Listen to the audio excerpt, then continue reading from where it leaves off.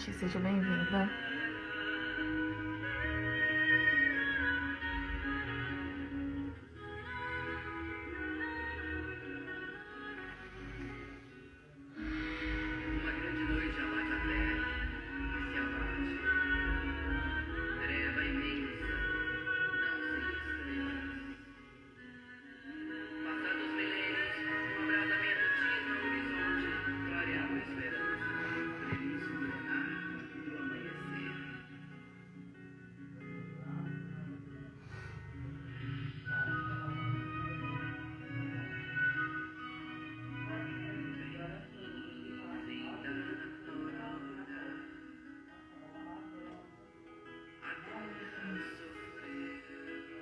Daqui a pouco a gente já inicia, tá bom? Só esperar dar o horário de 7h30.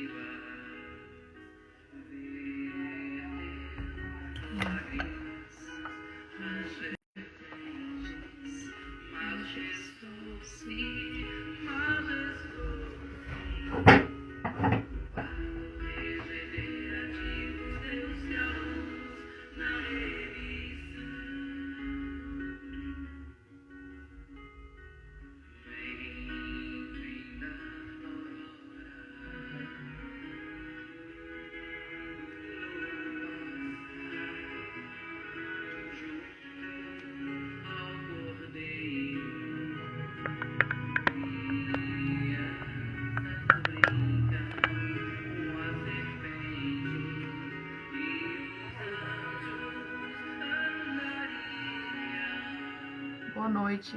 Daqui a pouco a gente já inicia, tá bom?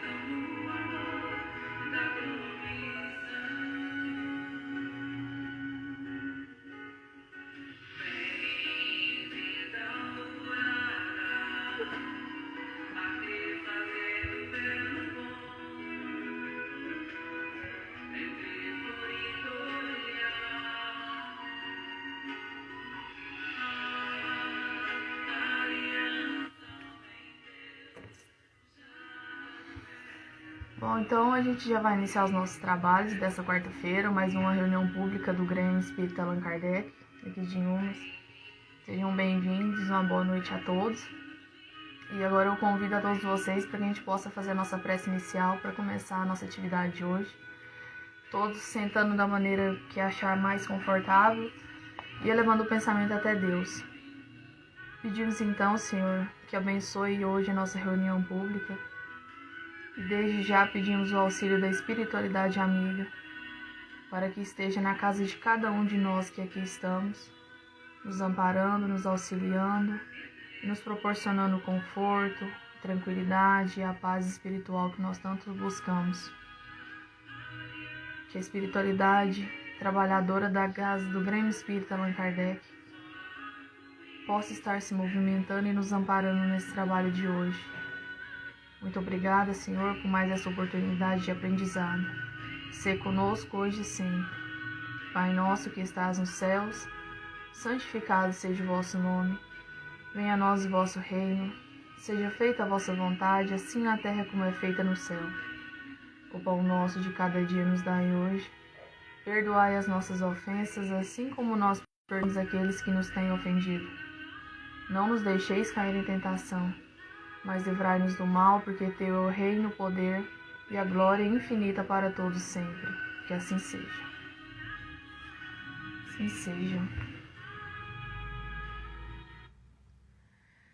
Bom, então, hoje a gente vai falar um pouco sobre uma leitura do Evangelho, do capítulo 15, Fora da Caridade Não há Salvação, item 4, o maior mandamento. É uma leitura bem breve e eu vou fazer ela aqui para a gente começar. Mas os fariseus, tendo sabido que ele tapara a boca aos saduceus, reuniram-se e um deles, que era doutor da lei, veio lhe fazer essa pergunta para o tentar. Mestre, qual o maior mandamento da lei? Jesus lhe respondeu: Amareis o Senhor vosso Deus de todo o vosso coração, de toda a vossa alma e de todo o vosso espírito. E eis aí o maior e o primeiro mandamento. Eis o segundo, que é semelhante a este: amarei vosso próximo como a vós mesmos. Toda a lei e os profetas estão contidos nesses dois mandamentos. Mateus, capítulo 22, versículos 34 a 40. Caridade e humildade, tal é, pois, o único caminho da salvação. Egoísmo e orgulho, tal o da perdição. Este princípio está formulado em egoísmo e orgulho, Este princípio está formulado em termos precisos nessas palavras. Amareis a Deus de toda a vossa alma e ao vosso próximo como a vós mesmos. Toda a lei e os profetas estão contidos nesses dois mandamentos. E para que não haja mais equívoco sobre a interpretação do amor de Deus e do próximo, ajunta. E eis o segundo mandamento, que é semelhante ao primeiro. Quer dizer que não se pode verdadeiramente amar a Deus sem amar o próximo, nem amar o próximo sem amar a Deus. Portanto, tudo o que se faz contra o próximo se faz contra Deus. Não podendo amar a Deus sem praticar a caridade para com o próximo, todos os deveres do homem se encontram resumidos nessa máxima. Fora da caridade não há salvação. Então, essa leitura do Evangelho segundo o Espiritismo, ela vem nos fazer refletir mais acerca da caridade e nos fazer pensar sobre o maior mandamento, né? Qual seria esse maior mandamento? E aqui na leitura ele já deixa claro que esse maior mandamento é a caridade, né? O amor em si falando. Porque a prática da caridade sem o amor é nula, né? Então não existe caridade sem amor. Aí se a gente for pensar, falar, mas eu dou uma cesta, eu dou uma quantia em dinheiro, eu dou uma comida, um cobertor todo mês, ou de vez em quando eu ajudo, né, uma pessoa, uma instituição, e isso não é caridade? Isso é caridade. Só que o que qualifica essa caridade, né, como válida ou não, é o empenho e o sentimento que a gente coloca nela. Então, se eu somente tiro o dinheiro do bolso para poder falar que eu ajudei, ou só para me ver livre, né, daquele pedido, enfim, para cortar o assunto, isso não é caridade de verdade, né? Porque o Evangelho mesmo, segundo o Espiritismo, fala essa caridade material, ela é a mais fácil de ser feita, né, para muitas pessoas. Então, eu dou um dinheiro, algo material e pronto, acabou. Só que a mais difícil é a caridade espiritual, é a caridade moral, porque essa caridade, esse tipo de caridade, ela vem mexer diretamente no ser humano lá dentro, né, no seu íntimo. Então ele vem mexer com a sua moral, vem mexer com a sua vaidade, com o seu orgulho, com o seu egoísmo. E isso exige muito de nós. E muitas vezes são defeitos que nós ainda temos e que nos atrapalham um pouquinho nessa prática da caridade. Porque muitas vezes, quando a gente fala até nisso, quando vem falar de caridade espiritual e diferenciando da caridade material, aí as pessoas falam, então é só ter vontade, gostar de ajudar, né, ter amor, só isso. Não necessariamente. É aí que entra a questão da caridade. Muitas pessoas acham que é simples e outras já acham que é complexa. Por quê? Um exemplo. Quando acontece algum acontecimento na nossa sociedade, por exemplo, eu vou dar 2 exemplos aqui. Algumas semanas passadas aconteceu um atentado a uma creche em Santa Catarina, né? Então, a maioria de nós ficou sabendo disso, passava nos noticiários, enfim. Então, morreram algumas crianças e algumas professoras, né? Foram mortas. E aí a gente vê também uma chacina que aconteceu numa favela do Rio de Janeiro, onde foram mortos mais de 25 pessoas, acho que 28 pessoas. Foram mortos, né? Troca de tiro, traficantes com policiais, enfim. A gente tem 2 situações completamente diferentes, mas nas 2 ocorreu morte, né? Então, vidas foram ceifadas ali. Aí a gente analisa o primeiro caso daquela creche, né, de crianças, e a gente pensa, mas eram crianças inocentes, pessoas inocentes que estavam ali trabalhando, estavam ali estudando, vinham cumprir um compromisso, e no outro eram bandidos, eram marginais, né, isso e aquilo. E aí eu levanto o questionamento, qual dessas 2 situações, em qual delas essas pessoas mereciam morrer dessa forma, né? Aí a gente fica com esse indagamento na cabeça. E o certo seria que a gente pensasse que nenhuma dessas pessoas merecia morrer assim. Por quê? Pelo simples fato de que, a partir do momento em que eu acredito em Deus, um Deus único, um Deus bom, um Deus que é piedoso, um Deus que não julga, um Deus que não condena, Um Deus que ele é muito esclarecido dentro da doutrina espírita. A doutrina espírita tira esse nosso véu de um Deus que julga.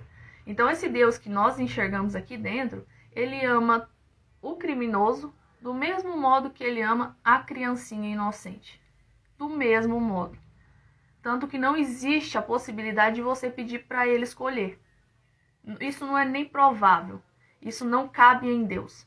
Igual aconteceria se pedisse para um de nós que estamos aqui ainda encarnados, participando dessa live, e escolhesse. Escolhe entre esse e esse. Logicamente, a gente sabe quem nós iríamos escolher.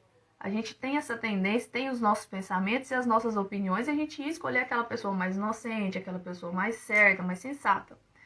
Só que para Deus isso não existe. Porque ele ama tanto o seu filho que tem todos os defeitos, que é um criminoso, que ele mata, que ele rouba, que ele lesa o próximo, como aquele que leva uma vida honesta, como aquele que é um ser inocente ainda, como aquela pessoa que trabalha, que é uma pessoa boa, enfim. Então, onde entra a caridade nesse ponto? Entra, né, a partir do momento em que todos nós que estamos aqui na Terra encarnados, devemos ver essas duas situações que eu dei como exemplo, esses dois tipos de pessoas, vamos dizer assim, de um mesmo modo. Ou seja, eu não estou falando para amar. Não estou falando para você sentir por um criminoso o mesmo afeto que você sente por um filho, né? A gente sabe que esse processo é um processo muito delicado e muito demorado. Mas é olhar com os olhos de que aquela pessoa tenha um potencial bom ali dentro dele. Por mais difícil que ela seja. Por mais ruim que essa pessoa seja. Ou pelo menos que eu não desejo o mal ou a morte daquela pessoa, né? Porque, convenhamos, a gente não precisa nem de religião para saber disso. Que ninguém tem o direito de atentar contra a vida de outra pessoa. Não tem o direito de atentar fisicamente, tentando matar uma pessoa e nem dizendo, ai, fulano dia tanto morrer, olha pra você ver, só dá trabalho, só faz coisa ruim, só coisa negativa. Isso não nos cabe, entende? Então, não é nosso direito, não é nosso dever, nós não somos juízes para poder julgar e condenar ninguém.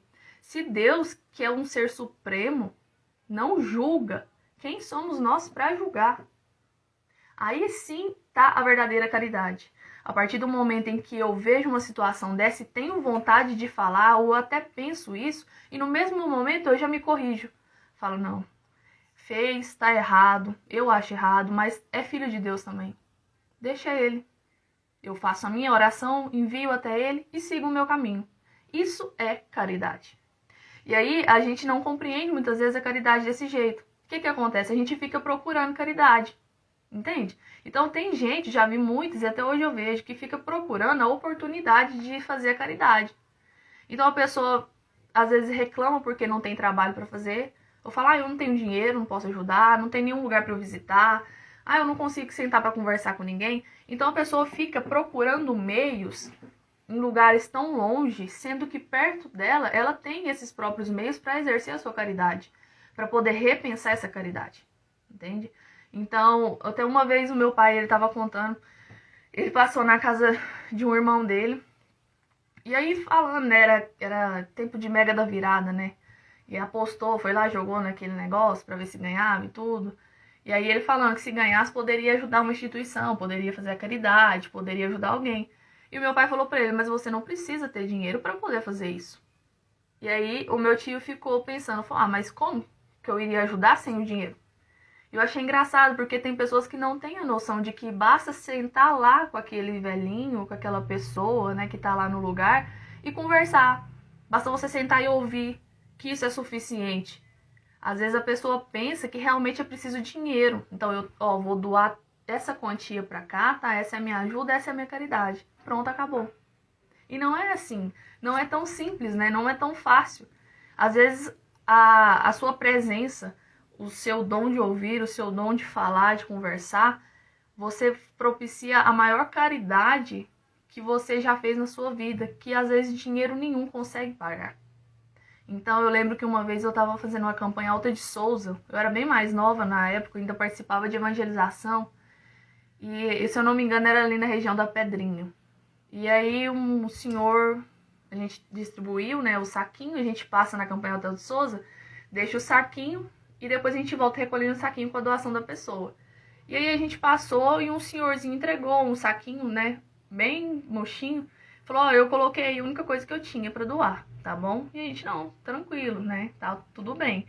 Levamos pro centro, no final da atividade a gente faz um balanço do que teve. E aí abrimos esse saquinho que ele doou e lá dentro tinha uma buchinha de bombril, né? Uma palha de aço. E aquela lá foi a doação dele, uma doação material. E aí a gente fica pensando, não, mas tão pouco, né? Será que não podia ter doado outra coisa melhor? Ou outras pessoas falariam, nossa, mas pra que não doou nada, né? Devolver esse saquinho vazio. Mas só que a gente viu ali o quê? A oportunidade que ele teve, que ele quis de fazer a caridade. Ele poderia muito bem não ter doado nada. Por quê? Talvez por motivo de vergonha ou porque até aquele pedacinho de palha de aço faria falta para ele. Mas ele deu. Por quê? Ele deu de coração, falou, não, a única coisa que eu tenho é essa, vai te ajudar, então leva. Então aquele doação dele, com certeza, valeu muito na nossa campanha. Ajudou demais. Então, aquilo que eu disse no começo, né? A intenção com a qual você faz e pratica a caridade, ela vale muito. E vale principalmente quando você dirige isso em relação a outra pessoa, né? É aquela questão de você conseguir sustentar aquilo que você prega. Então, quando a gente prega algo, quando a gente fala sobre algo, o amor, por exemplo, se eu falo sobre o amor, se eu defendo o amor, se eu falo muito dele com a paixão, com afinco, eu tenho que praticar isso que eu falo. Senão, não tem coerência. E aí a gente vê pessoas que se dizem cristãos, pessoas que são de dentro de igreja, de centro, de qualquer determinação religiosa, que desejam a pena de morte, pessoas que desejam que o outro seja morto ou preso porque ele é um criminoso, ele anda fora da lei. E a gente vê muito essas coisas acontecendo. E eu fico pensando, tem coerência nisso? Tem caridade nisso? Não tem. Não adianta a pessoa falar, a pessoa citar qualquer versículo da Bíblia, porque não existe. Porque na mesma hora vem na minha cabeça a figura de Jesus. E o que eu penso? Jesus, em momento algum, nem quando ele podia e teve a oportunidade, ele usou de violência e de palavra atravessada. Então a gente não viu Jesus ser oportunista ou pregar e defender qualquer atitude criminosa de desdém ou que condenasse alguém. Muito pelo contrário. Ele assumiu uma postura totalmente diferente, uma pedagogia que liberta. A gente vê isso no momento em que é levada a mulher adúltera até ele. Pela lei, falando material, a lei civil daquela época, que era a lei mosaica, a mulher que fosse pega em adultério poderia ser morta, apedrejada em praça pública. Ou seja, além de ser morta, ela era humilhada antes disso. E quando levam até Jesus na intenção de fazer uma pegadinha com ele, ele poderia muito bem ficar do lado da lei mosaica. Ele poderia, de certa forma, ele não estaria errado, ele estaria dentro da lei. Mas o que ele diz? O que ele faz? Ele tem uma atitude sensata. Aquele que não tem pecado, atire a primeira pedra. Pronto. Ninguém atirou a pedra. Por quê? Porque todos ali eram pecadores também. Todo mundo tinha algo do que se envergonhar também. Agora eu pergunto, do que mudou daquela época, daquela situação ali com a mulher adúltera para hoje? Eu ainda consigo ver aquela situação nos dias de hoje. Então eu vejo alguém acusando o outro, defendendo o outro, e aí a gente fica perguntando, gente, qual que é a coerência disso? Se a gente também erra, se a gente também é imperfeito, por que eu vou apontar o defeito do outro? Isso é falta de caridade. Aí, nós costumamos sempre falar, né, da questão da empatia. E a gente fala tanto, e nos últimos tempos nunca se ouviu falar tanto dessa palavra empatia, que é você se sensibilizar com o outro, você se compadecer junto com o outro, com a dor do outro, mas ao mesmo tempo essa palavra, ela só fica da boca para fora. Então ela é uma palavra jogada ao vento.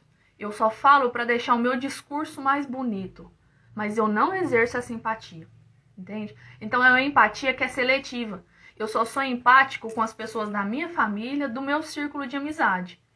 As pessoas que eu não conheço, as pessoas de outro estado, outro país, enfim, aqueles que me são desconhecidos e que erram, eu não preciso ter empatia porque eu não convivo com eles. Muitas vezes a gente pensa assim, nós nos deixamos levar por esses pensamentos e aí está o nosso erro. Então, a prática da caridade, esse maior mandamento que o Evangelho veio falar, ele é feito 24 horas por dia, com qualquer pessoa, com qualquer situação. E por isso ela é muito difícil de ser executada, porque é difícil perceber essa oportunidade.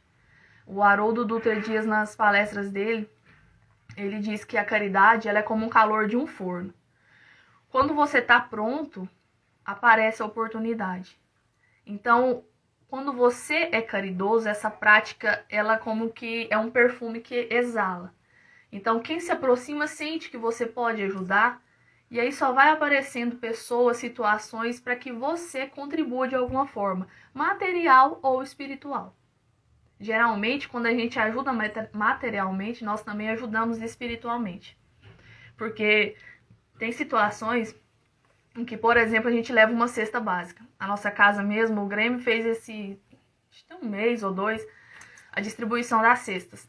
E aí a gente foi levar alimento material, né? Então, a gente vai dar para a pessoa aquilo ali e volta, vem embora.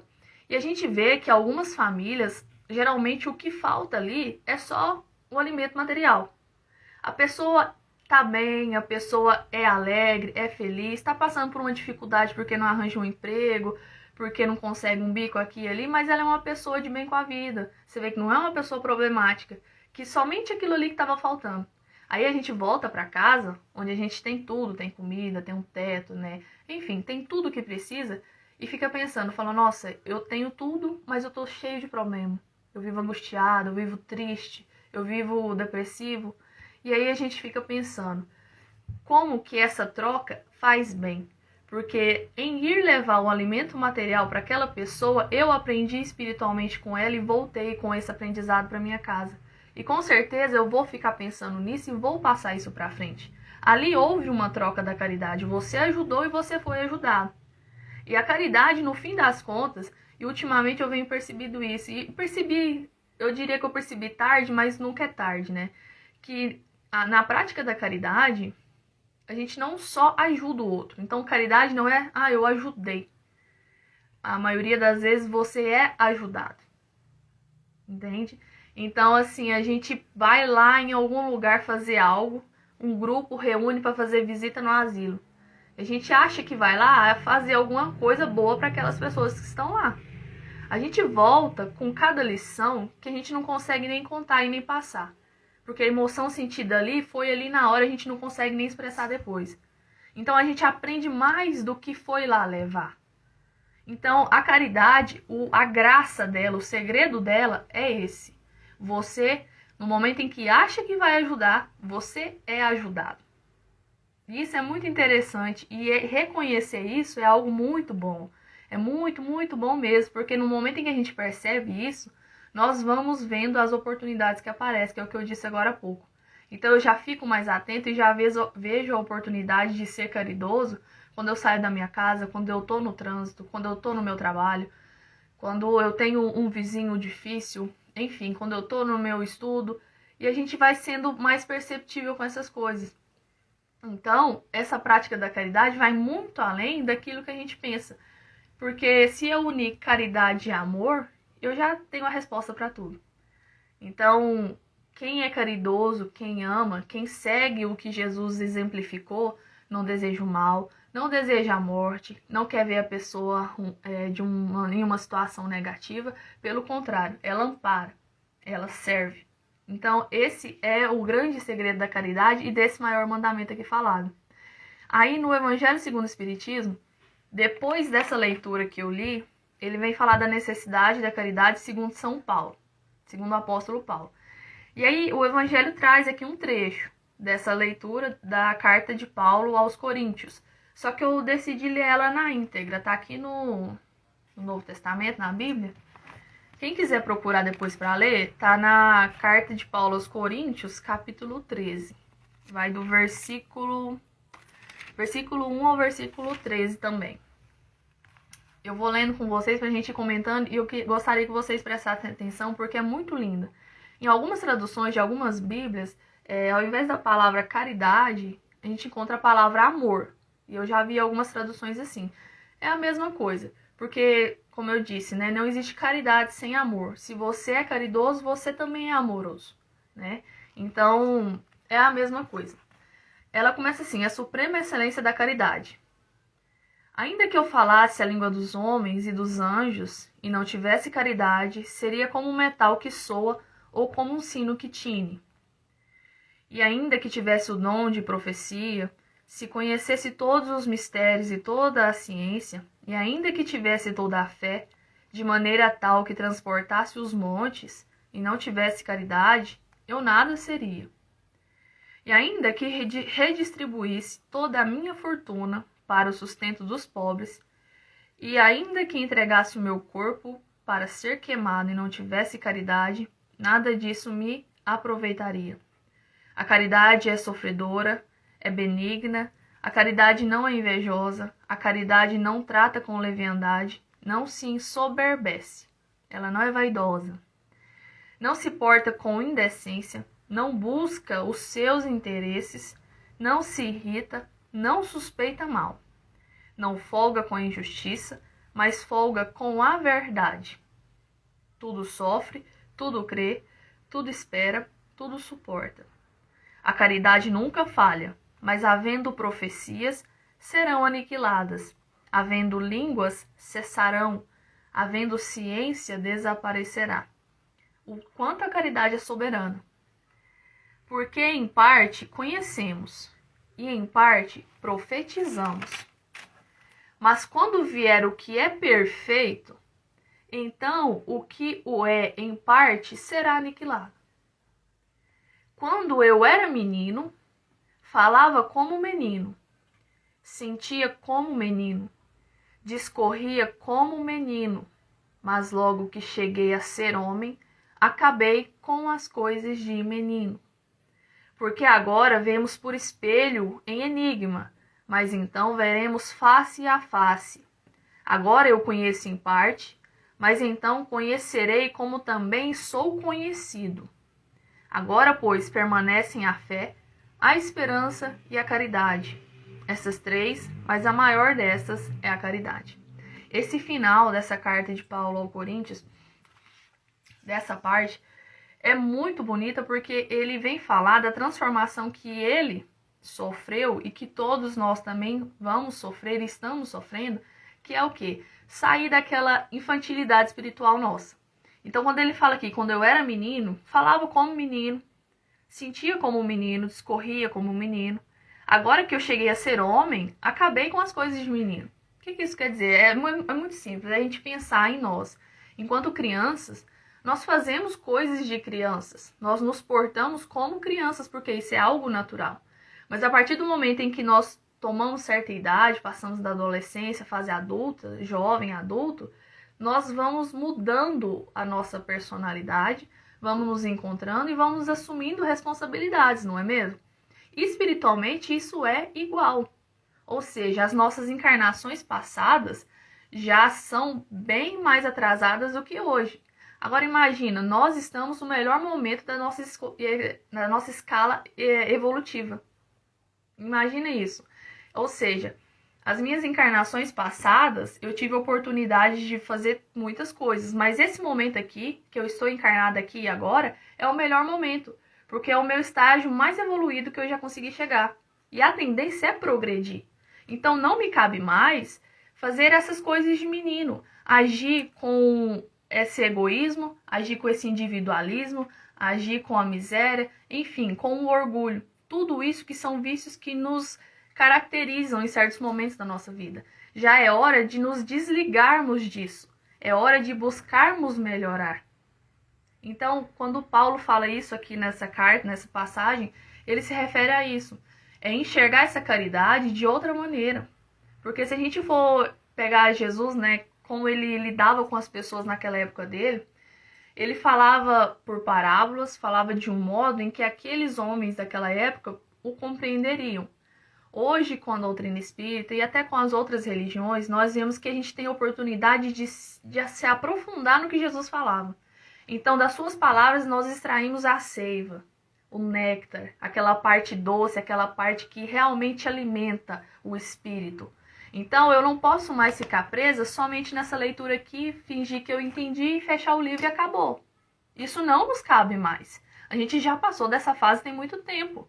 O que eu tenho que fazer? Eu tenho que ler, buscar entender, compreender. Não entendi? Vou perguntar. Fulano, qual que é a sua opinião sobre isso aqui? Vamos conversar? O que você acha que é caridade? Quais são as caridades que você já fez? Como que você faz? Posso fazer também? Posso ir um dia com você? Entende?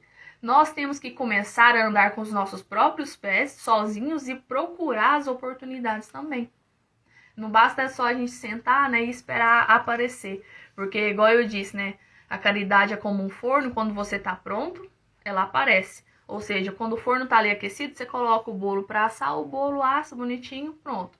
Só que no nosso caso, ficar sentado apenas não vai solucionar os nossos problemas, nem vai nos ajudar a melhorar enquanto pessoas, enquanto espíritos que nós somos. E isso é algo muito interessante para a gente se conscientizar. Então, quando eu escolhi essa leitura, foi inclusive a leitura que eu fiz no Vicente de Paulo, acho que tem uns 15 dias que eu dei palestra lá. Eu estava vendo muita coisa acontecendo na nossa sociedade mesmo, né, e também comigo, entre nós, e não estava fazendo sentido para mim, né? Pessoas boas, pessoas sensatas, que em certo momento pregavam um ódio desmedido que eu não entendia. E aí eu pensei, falei, tem algo acontecendo de errado conosco. Nós precisamos ficar mais atento com aquilo que nós fazemos e com aquilo que nós falamos. Se eu defendo Jesus, se eu defendo a caridade, se eu defendo o espiritismo, o catolicismo, enfim, qualquer coisa, eu estou realmente vivendo aquilo que eu defendo? Eu realmente conheço aquilo que eu defendo? É aí que entra a questão. Você acredita, aceita, segue Jesus? Você realmente conhece Jesus? Porque se conhecesse, não deveria estar fazendo certas coisas, não é? Então, é interessante a gente pensar nisso. A partir do momento em que nós reconhecemos o erro, já é um começo muito bom que nós damos. É o primeiro passo que a gente precisa dar para poder melhorar mais ainda. Porque Emmanuel fala, eu não me lembro em qual livro que ele diz, né, que o reconhecimento do erro, você vê que está errado, e a partir daí querer mudar, já é muito bom para a nossa evolução, para o nosso espírito. Porque pensa, você reconhecer que está errado e falar, não, vou continuar assim mesmo, pronto. Do que adianta essa reencarnação, então? Não adianta nada, foi tempo perdido. Porque a gente tem a consciência e não quer mudar. A gente acaba arrecadando mais dívidas e mais débitos, né? Porque a gente está cansado de ouvir e a gente está cansado de saber. Quanto mais vos é dado, mais vos será cobrado. Então, eu até esses tempos não, eu conversava com meu pai e falava, tem horas que dá até um pouco assim de desânimo, né, de ser espírita, porque a gente sabe das coisas, a gente entende, compreende do porquê que acontece, e isso tira um pouco de nós o direito de reclamar. Então eu não posso reclamar, porque eu entendo por que está acontecendo. Então eu entendo por que aconteceu uma morte, um acidente, uma fatalidade, eu entendo. Apesar de que eu sinto, e eu posso sentir, mas eu não posso me revoltar. Então eu não posso condenar a Deus, por quê? Porque o Senhor fez isso, porque o Senhor fez aquilo. Isso não nos cabe também, né? Então esse é um ponto muito interessante. E essa era a mensagem que eu queria deixar, né? Pra gente trabalhar esse nosso lado, esse maior mandamento, conosco, com o nosso próximo. Porque o Evangelho diz até uma parte que eu grifei, porque é muito interessante. Se a gente passa o olho por isso aqui, fica uma leitura qualquer. Quando você para analisar, olha que interessante. Quando ele fala assim, ó. Não se pode verdadeiramente amar a Deus sem amar o próximo.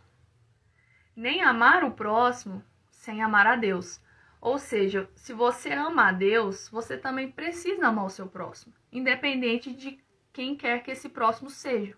Esse próximo pode ser da sua família, ou ele pode ser uma pessoa totalmente desconhecida com a qual você não simpatiza muito.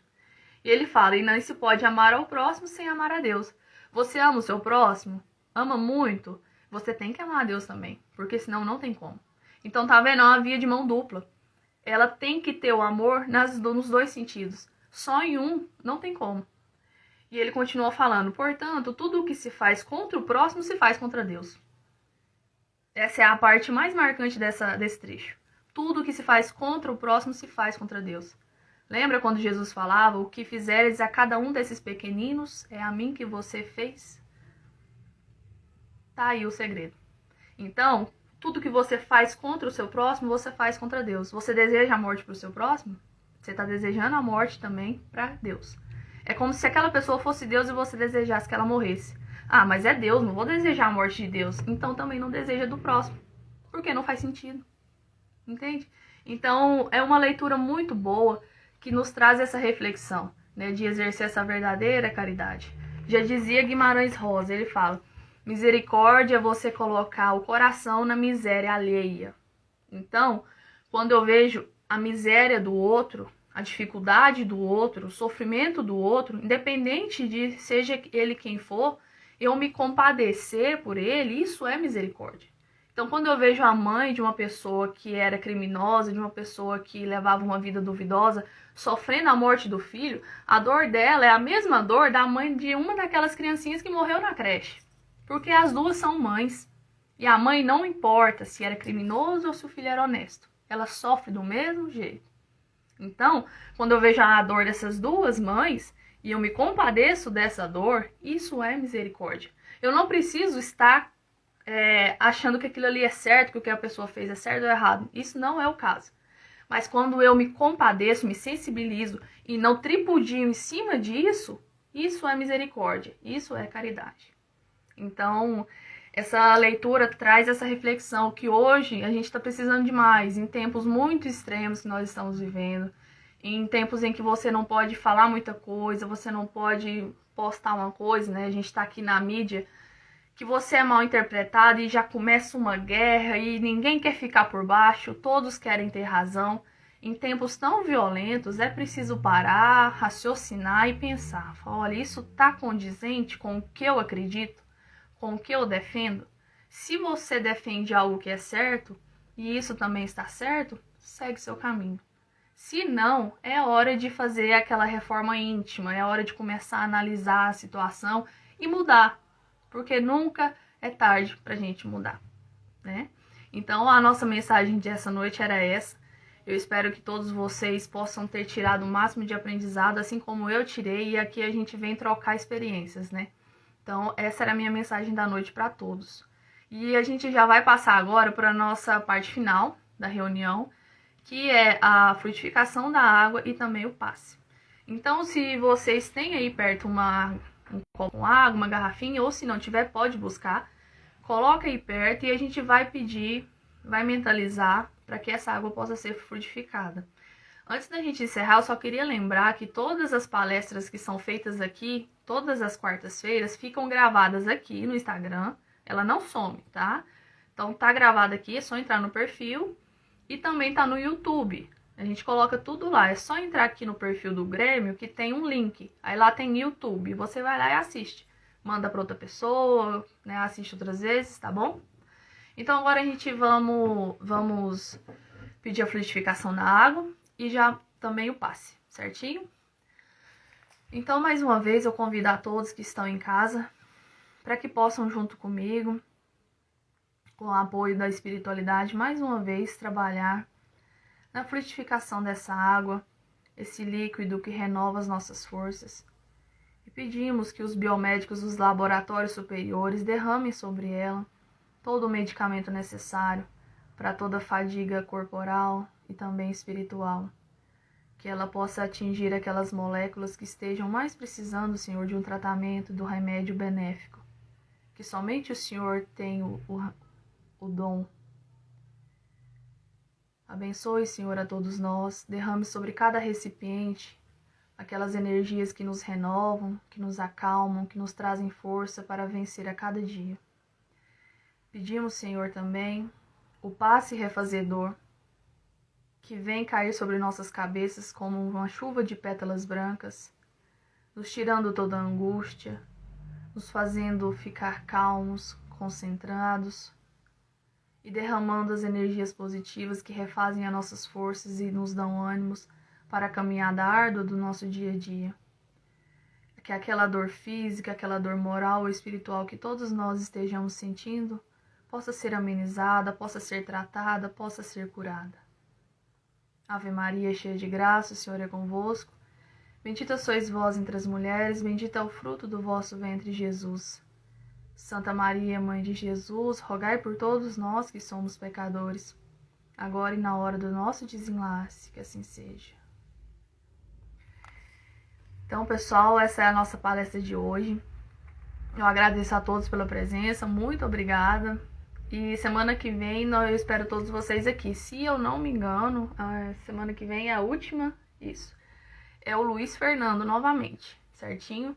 Então eu espero todos vocês aqui para mais uma reunião de quarta-feira. Muito obrigada, fiquem todos com Deus, uma boa noite.